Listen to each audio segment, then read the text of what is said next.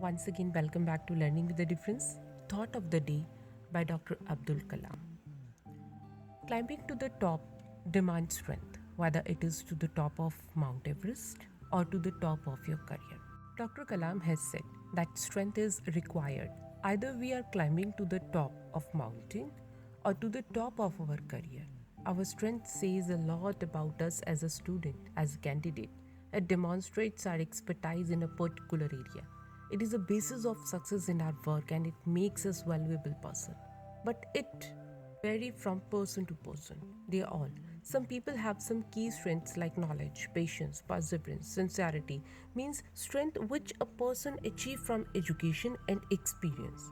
On the other side, mountain climbers use the strengths of their arms and legs to climb up mountains. They must have strong physical and mental strength.